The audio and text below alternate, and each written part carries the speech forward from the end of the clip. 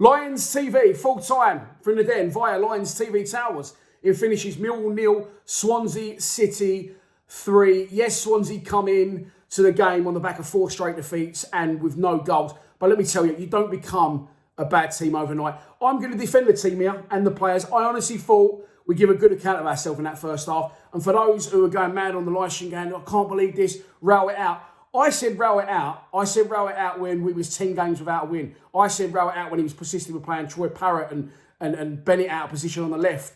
Since then, he got hold of it. He did the things I said he needed to do by playing Millwall-type players. He's brought Billy Mitchell into the team. He brought Danny McNamara back on loan. He made 2 good signings in Keith and Bell and Evans. He extended Zahor's loan for what that was worth, amongst other things. So I think that he sussed it. I still don't really, ideally, want him long-term as our manager because I don't think that it's ever going to be exciting under him. Yes, we'll probably survive, but we'll always defend and look to consolidate and grab what we can instead of being, having the Millwall way about us and going out, kick, bollock and bite and giving everything we've got. However, whether you like Rowett, you like his tactics, you like the performances we're churning out, you are frustrated that we can't go to the games due to lockdown, you have got to say it's been a very successful season, and next season, 21-22, we will start it as a championship team for the 5th consecutive season. So today, again, I thought we could give a good account of ourselves in the first half. Okay, we didn't test their keeper too much, but I'll give you the reasons why. I thought we looked very much up for the calls. I thought everyone's up for it. I thought we was in their faces. We didn't let them sit on the ball. We didn't give them any time to think.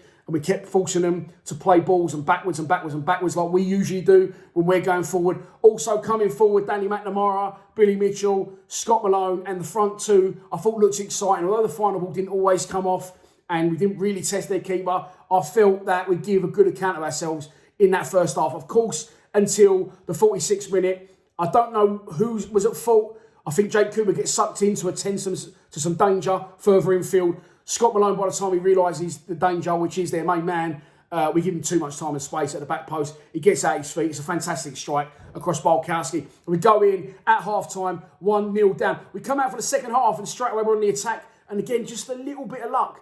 Cooper heads the ball from a long diag, crossed in actually, great cross from Scott Malone. Heads it, comes off the post, an inch either way, and that could go in. Not only that, it comes off the post and it comes straight back to 2 Swansea players, one of whom deals with it and gets away the immediate danger.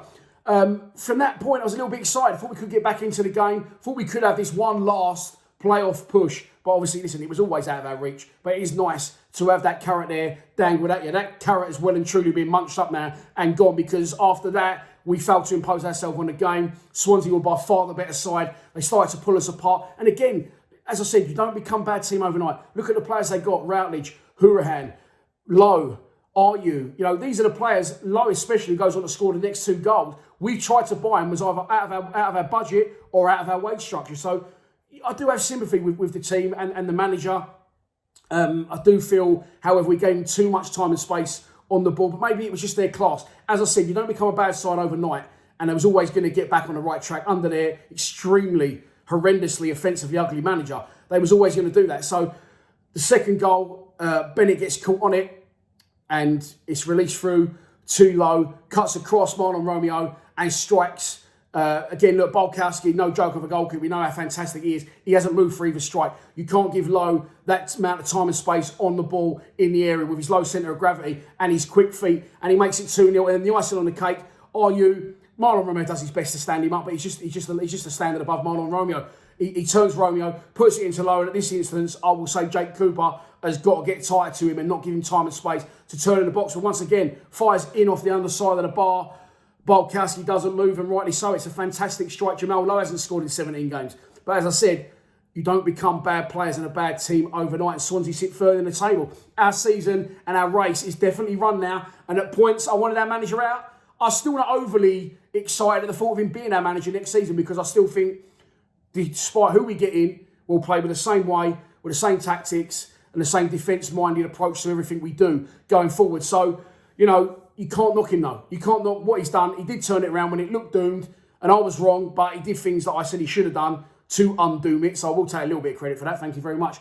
But But look, we've lost the game by 3-0 day. We've been outclassed in the second half. It literally is as simple as that. I don't think it's a cause to start slagging the team off and the players. We've been on a good run with 3 straight wins before the day. But it comes to an end, and so does our season. It finishes Millwall 0, Swansea 3. Please subscribe to Lions TV, though. We are touching 15k. Come on, you Lions.